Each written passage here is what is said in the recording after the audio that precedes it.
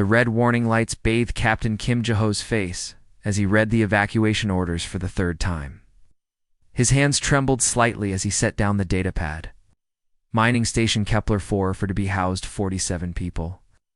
But the emergency shuttles could only carry 35 to safety. The hegemony alien fleet was coming fast. Time was running out. Jae-ho walked through the station's main corridor, his boots echoing against the metal floor. Workers hurried past him, carrying bags and important equipment. Everyone knew the drill. When the aliens came, you took what you could and ran. That was how humans survived in this part of the galaxy.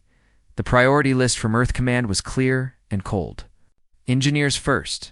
They knew how to build things. Security officers next. They knew how to fight. Administrative staff third. They knew how to organize. Scientists came last unless their work could help the war effort immediately. Dr. Park Min-ae was not on the priority list at all. Jae-ho found her in Laboratory C, working frantically at her computer. She was trying to save 3 years of research about plants that could grow on alien worlds. Her work could feed millions of hungry people across the outer colonies, but the bureaucrats on Earth saw her as just another scientist with non-essential data. Dr. Park, Jae-ho said softly. She looked up, her eyes red from staring at screens for hours. Captain, I know what you're going to say. I've seen the list. I understand. I just need a few more hours to compress the most important files. Jae-ho watched her work. She had developed new crops that could survive terrible conditions. Plants that could grow in poisoned soil, in extreme cold, in places where normal Earth plants would die in minutes. Her assistant, Lee So-young, helped organize samples and data cores with steady hands despite the chaos around them. How much more time do you need? Jae-ho asked. Dr. Park paused her typing. 12 hours to finish the genetic mapping? Maybe 6 more to get everything ready for transmission to Earth, but I know that's too long. Lieutenant Otajin's voice crackled through Jae-ho's radio. Captain, the last shuttle is ready. We need to leave now. Kalian scouts will be here in 6 hours. Jae-ho closed his eyes. The smart choice was obvious. Follow orders, get on the shuttle with his crew, and let the station fall to the aliens. One person's life against the lives of 35 others. The math was simple and brutal. But Jae-ho had never been good at treating people like numbers. On a spreadsheet, he opened his eyes and looked at Dr. Park, who had gone back to her desperate work. She was trying to save knowledge that could help millions of people. But according to Earth Command, her life was worth less than a security guard or a file clerk. Sir? Taijin's voice came through the radio again. What are your orders? Jae-ho took a deep breath. He thought about his superiors back on Earth, sitting in comfortable offices, making decisions about who lived and who died. They would call his next choice stupid, reckless, and against regulations. They would be right about all of those things. Tell the shuttle to leave without me, Jae-ho said into his radio. The silence on the channel lasted for several seconds. Captain, did you say leave without you? That's correct. I'm staying on the station. Dr. Park spun around in her chair. Captain, you can't do that. My research isn't worth your life. That's not your decision to make, Doctor. It's mine. Jae-ho walked to the laboratory's window and looked out at the stars. Somewhere out there, the alien fleet was coming. How many people could your research save? If it works? Millions? Maybe tens of millions. But Captain, the odds of us surviving long enough to complete it are... I don't care about odds. Jae-ho turned back to face her. I care about doing what's right. Lee So-young looked up from her work. Captain, why are you doing this? Command says I'm expendable too. They say our work doesn't matter. Jae-ho smiled sadly. Command is wrong. Every life matters. Every person has value. The aliens think they can just calculate which humans are worth keeping alive and which ones they can throw away. I won't let them be right about that. The shuttle engines roared to life outside the station. Through the laboratory window, they could see the small ship pulling away, carrying the 35 people deemed essential by Earth Command. The 3 people left behind watched it disappear into the darkness of space. So what do we do now? Dr. Park asked.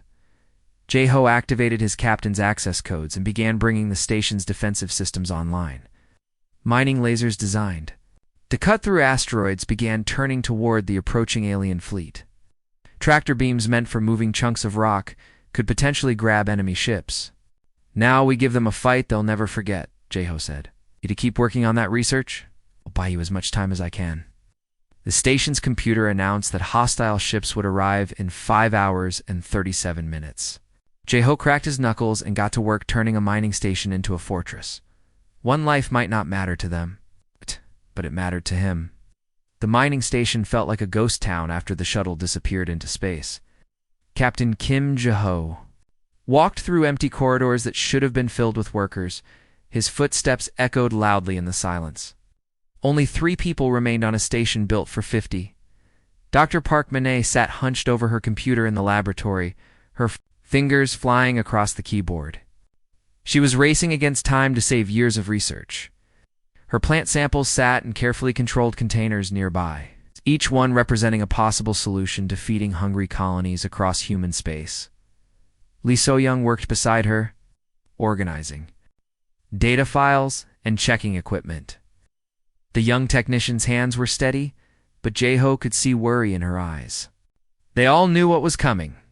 Jae-ho made his way to the command center and settled into the captain's chair.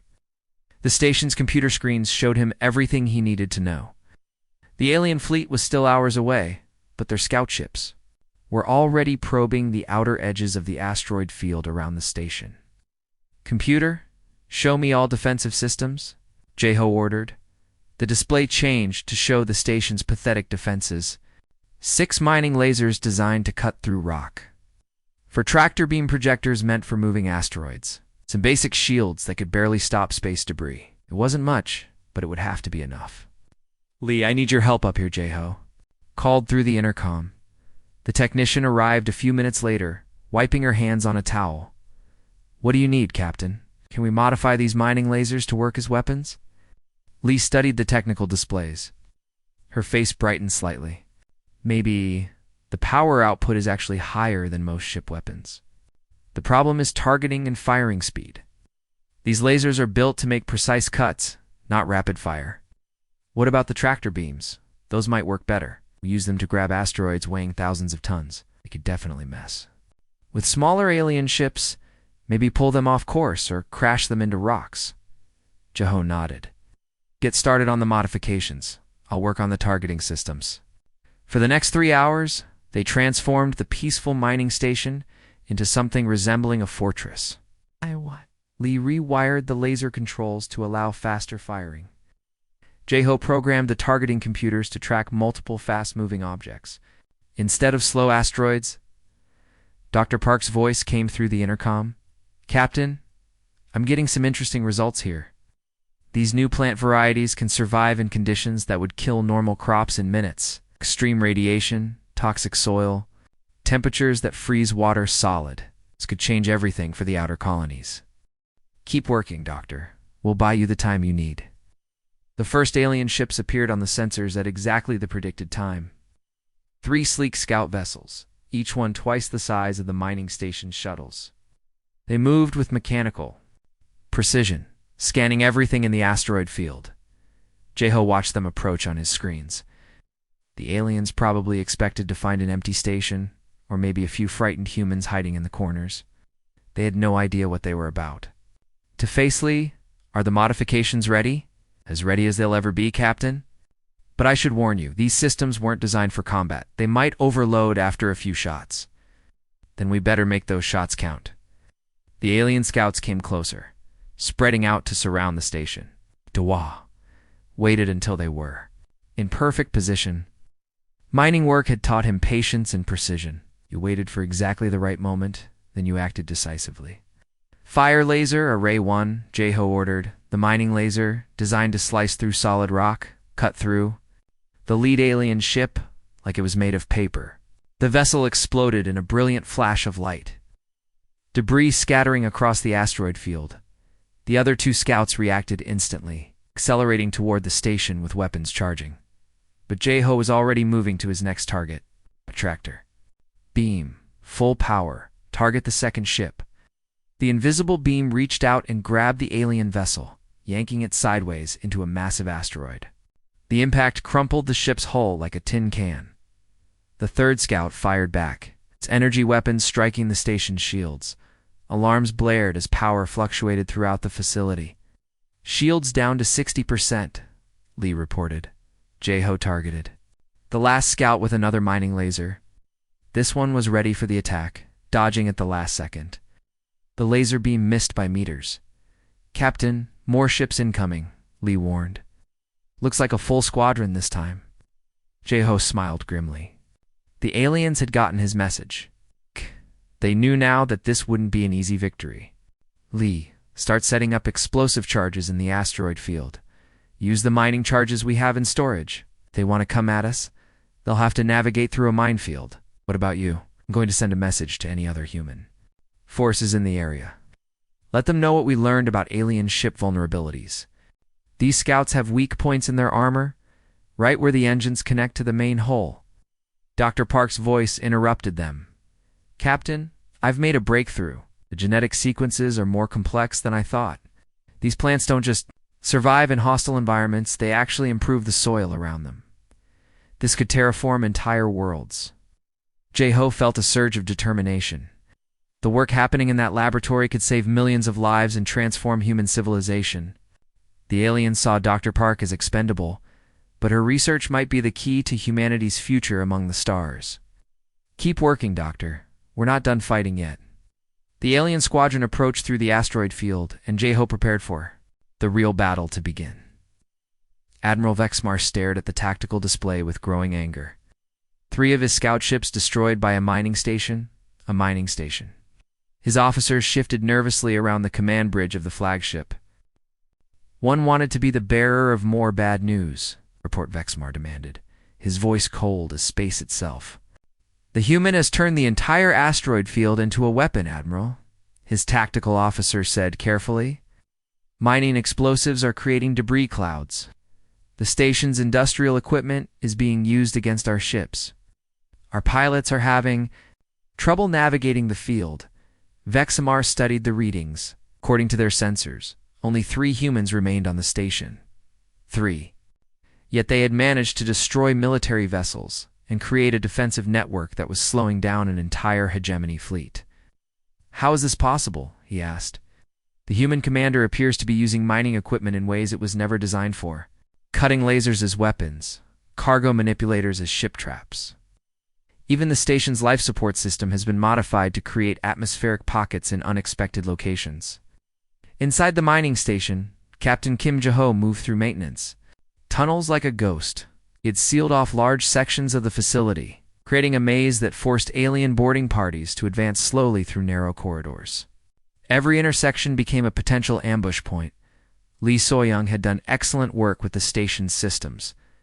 The young technician had rewired power conduits to create electrical traps and modified the artificial gravity in certain areas to disorient invaders.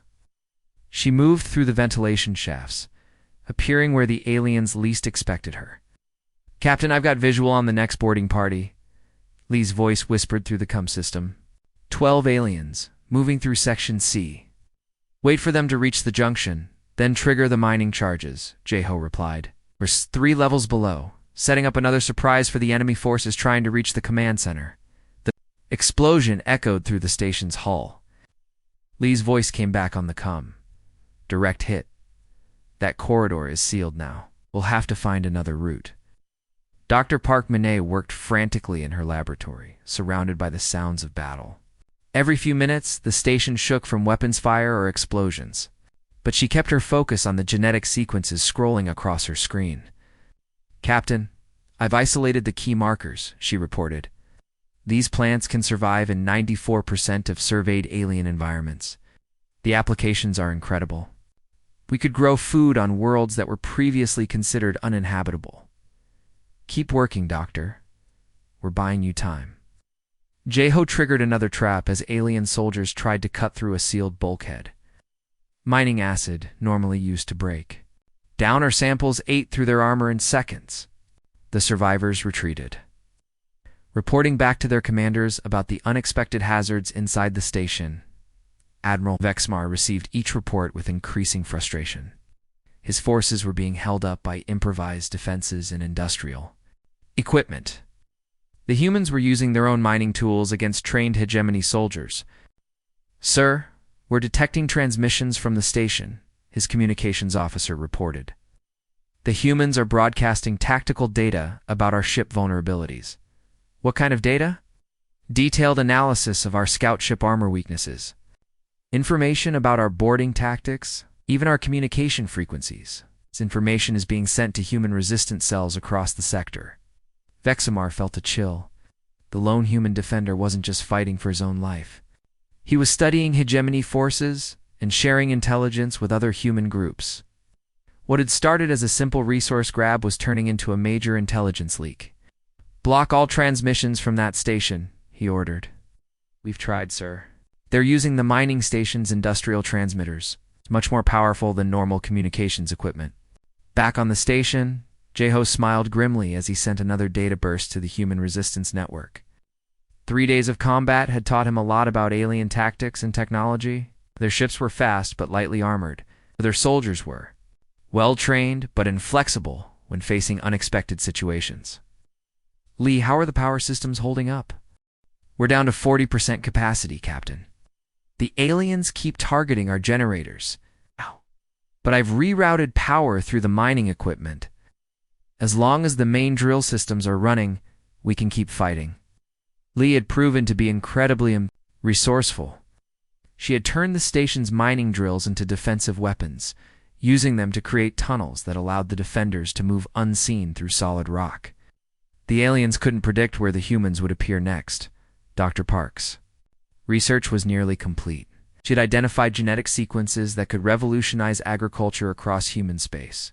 But more importantly, her work had revealed something unexpected about the relationship between different plant species on alien worlds. "Captain, these plants don't just survive in hostile environments," she reported excitedly. "They actually improve the soil chemistry around them. They could transform dead worlds into garden planets within decades." Jeho felt a surge of hope. The aliens saw Dr. Park as expendable, but her research could change the entire balance of power in the galaxy. Humans wouldn't need to fight for habitable worlds anymore. They could make their own. "Ow. Much longer do you need?" 6 hours for the final analysis. Another 2 to compress everything for transmission. Jeho looked at his tactical display. More alien ships were arriving every hour. His improvised defenses were holding, but they wouldn't last forever. "Then we hold for 8 more hours, he said simply. The hunt continued. But the prey was proving far more dangerous than the predators had expected. Captain Kim Jae-ho crouched in the maintenance shaft, listening to alien voices echoing through the station's corridors. Something had changed in their communication patterns over the past few hours. The invaders were talking more, using different words, almost like they were excited about something. Lee So-young crawled up beside him, her tablet showing intercepted alien transmissions. "Captain, I've been running these through Dr. Park's translation software. You need to see this." Jae-ho looked at the screen. The words made his blood run cold. Data, subject classification, human defender. Station Kepler 44 to B. Psychological profile, extreme loyalty markers. Genetic sample required for adaptation research. Priority, high value for behavioral analysis. "They're not just trying to capture the station," Lee whispered. "They're studying us." Dr. Park's voice crackled through their units from the laboratory. "Captain, you need to get down here immediately. I've decoded more of their transmissions. This is bigger than we thought." Jae-ho and Lee made their way through the ventilation system to the laboratory. Dr. Park had multiple screens. Displaying alien text alongside her plant research, her face was pale with shock. "Look at this data," she said, pointing to one screen. "The aliens aren't just conquering human colonies. They're cataloging every human they encounter. Battle responses, survival tactics, genetic information, even how we react under extreme stress." Jae-ho read the translated text. The aliens were building a massive database of human behavior. Every fight, every surrender, every act of courage, or cowardice was being recorded and analyzed. "They're trying to understand what makes us dangerous," Dr. Park continued. "Our ability to adapt, our refusal to give up even when we should, our tendency to value individual lives over group survival. They see these as problems that need to be solved. Lee pulled up another file. Captain, look at this section. There. Specifically targeting people they call expendable humans for detailed study. Scientists, artists, teachers, anyone the military doesn't consider essential. Why those people? Jeho asked. Because we're the ones who think differently, Doctor, Park said quietly. Military personnel are trained to follow orders and think tactically, but scientists ask questions. Artists see problems from new angles. Teachers find ways to explain complex ideas. We're the humans who might find solutions they can't predict. Jeho felt sick. The aliens weren't just killing humans randomly. They were systematically studying and eliminating the people who made humanity creative and unpredictable. There's more, Dr. Park said, opening another file. My agricultural research isn't just about growing crops. The genetic sequences I've been studying show how life adapts to impossible conditions, how organisms change and survive when they should die. The aliens want this information because it explains human resilience. Lee's tablet beeped with an incoming transmission. Captain, I'm picking up messages from other colonies across the sector. The hegemony is offering surrender. Terms to every human settlement. What kind of terms? Complete submission. All research data turned over to alien authorities. All human personnel to be processed for genetic and psychological evaluation. Lee's voice was grim. Most colonies are accepting. Jeho closed his eyes. Humanity was walking into a trap. The aliens were offering peaceful surrender while secretly planning to dissect human civilization piece by piece. But not all colonies are surrendering, Dr. Park added. Some are fighting back. Word about our resistance here is spreading through the communication networks. Other commanders are choosing to fight instead of retreat. Lee showed him the tactical display. Look at this, Captain. 3 mining stations in the beta sector refused evacuation orders. 2 agricultural colonies are organizing defensive militias. Even some passenger ships are turning around to help defend settlements instead of running to safety. Jeho realized what was happening. His decision to stay and fight for Dr. Park's life had become a symbol. Across human space, other people deemed expendable were choosing to resist rather than flee. The aliens made a mistake, he said slowly. They thought humans would behave logically, that we'd sacrifice individuals to save the group. They don't understand that we'll fight harder for one person than we will for 1,000 statistics. Dr. Park nodded. Every human life they call expendable is actually invaluable. We're the ones who refuse to accept that some people don't matter. That's what makes us dangerous to them. Lee pulled up another screen showing communication intercepts from the alien fleet. Captain, they're getting frustrated. Admiral Vexmar is reporting delays to his superiors. They expected to capture this station in hours, not days. How much longer do you need for your research, Doctor? For more hours for the genetic analysis? Captain, I've made another discovery. These plant adaptations don't just help with agriculture. Same principles could be applied to human genetic therapy. We could help people survive in environments that would normally kill them. Jeho understood. Dr. Park's research wasn't just about feeding people. It was about making humans even more adaptable and resilient. The aliens wanted to eliminate human unpredictability, but her work could make humans more unpredictable than ever. Send everything you have to the resistance networks, he ordered. Make sure every human colony gets this information. They need to know what they're really fighting against. As Dr. Park began transmitting her data, Jeho prepared for the final battle. The aliens thought they were hunting 3 expendable humans. They had no idea they were facing the future of human evolution. The revelation changed everything. This wasn't just about survival anymore. It was about proving that every human life had infinite value. The final assault began at dawn, station time. Captain Kim Jeho watched through the command center's cracked viewports as dozens of alien ships surrounded the mining station. Admiral Vexmar had brought his entire fleet to crush 3 humans who had embarrassed the mighty hegemony for 4 days. Data transmission at 85% complete, Dr. Park Minet reported from the laboratory. Her voice was steady, but Jeho could hear the exhaustion. She had been working non-stop to finish her research while explosions shook the station around her. Lee Soyoung crouched beside the main computer console, her fingers flying over the keyboard as she tried to keep the station's systems running. "Captain, they're cutting through the outer hull in 6 different places. I can't seal all the breaches." Nodded grimly. They had fought longer than anyone thought possible, but the end was coming. The mining lasers were burned out. The tractor beams had overloaded hours ago. All they had left were some mining charges and their determination to protect Dr. Park's work. "Lee, get ready to evacuate Dr. Park to the emergency escape pods," Jae-ho ordered. "As soon as that transmission hits 100%, you both get out of here." "Captain, I'm not leaving you," Lee protested. "That's an order, technician." Through the station's communication system, they could hear alien soldiers moving through the corridors. The invaders were being more careful now, having learned to respect the humans' ability to turn everyday equipment into deadly weapons, but they were also getting closer to the command center with each passing minute. Dr. Park's voice came through the intercom again. 92% complete, Captain. The final data packets include something incredible. The genetic sequences show that these plants can actually communicate with each other across vast distances. They share information about environmental threats and survival strategies. Jae-ho understood immediately, like humans do. Exactly. We're more similar to these adaptive organisms than the aliens realize. That's why they can't predict our behavior. We're not just individuals fighting alone. We're part of a connected network that shares knowledge and adapts together. The aliens breached the command center's outer defenses with a sound like thunder. Jae-ho could see their armored forms moving through the smoke and debris. He had maybe 10 minutes before they reached the inner sanctum where the computer systems were located. "Transmission at 97%, Dr. Park reported. Jae-ho activated the station's final defensive protocol.